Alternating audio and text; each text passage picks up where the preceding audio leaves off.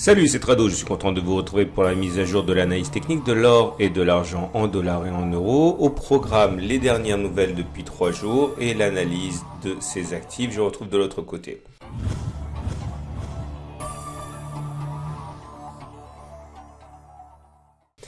Alors, quatre informations que j'ai repérées et qui pourraient vous intéresser. Du côté des éléments plutôt négatifs, des analystes soulignent que le risque déflationniste serait le scénario le moins engageant pour l'or s'il devait se confirmer.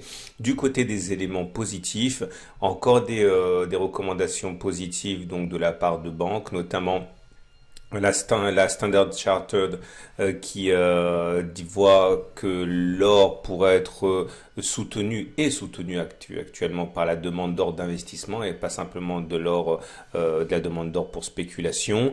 Également l'US Mint, c'est-à-dire l'institution en charge de battre la monnaie en or, enregistre des ventes records de pièces aux États-Unis.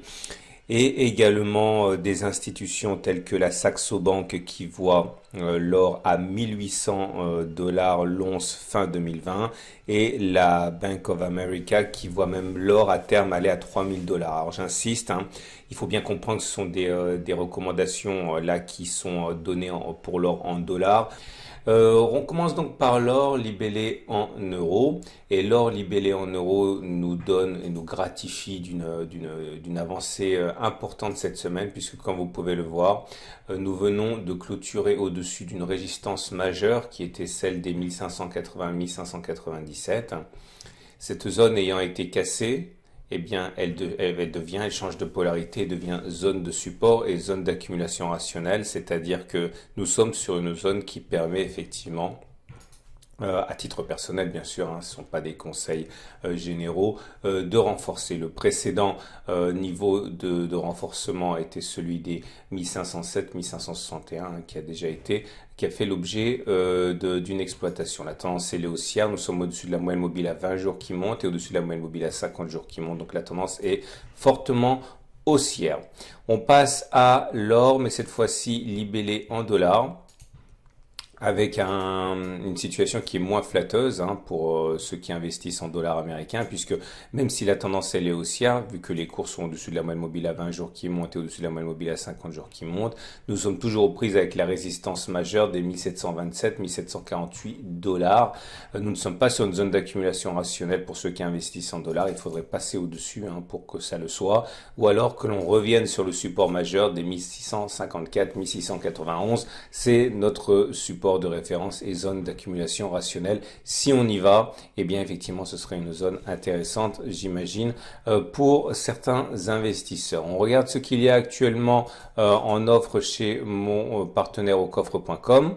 Donc si on se rend sur le site, soit à partir de la bannière, soit à partir de l'adresse qui est juste en dessous de la vidéo dans les commentaires, on arrive sur le site et pour ceux qui veulent acheter de l'or au gramme, il y a actuellement des disponibilités qui sont à 59 € le gramme d'or. Maintenant, pour ceux qui veulent acheter des pièces plus vintage, notamment des Napoléons, la pièce française la plus connue, nous sommes actuellement pour le Napoléon à 324 € la pièce d'or. Et enfin pour les budgets plus conséquents, toujours pour l'or, la Vera Valor 1 once est actuellement disponible à 1771 € en précommande.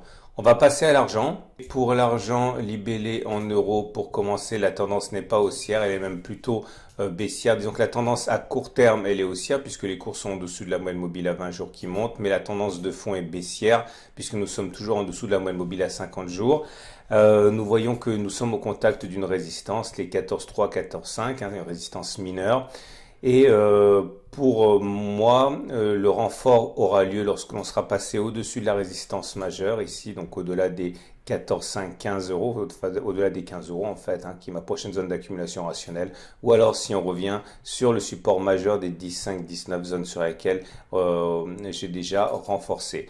On regarde pour l'argent en dollars à présent. Nous sommes sur une zone qui n'est pas une zone d'accumulation rationnelle non plus, hein, vous le voyez, hein, nous sommes entre une résistance mineure à 15,7, 15,8 et un support mineur à 14,6, 14,7. Pour moi, les zones d'accumulation rationnelle, ce serait un passage au-dessus des 16,6, au-dessus d'une résistance majeure, ou alors en cas de retour sur le support majeur des 11,8, 12,4. Tendance à court terme haussière car on est au-dessus de la M20 qui monte, mais baissière à moyen terme, hein, puisque on est toujours en dessous de la moyenne mobile à 50 jours qui descend.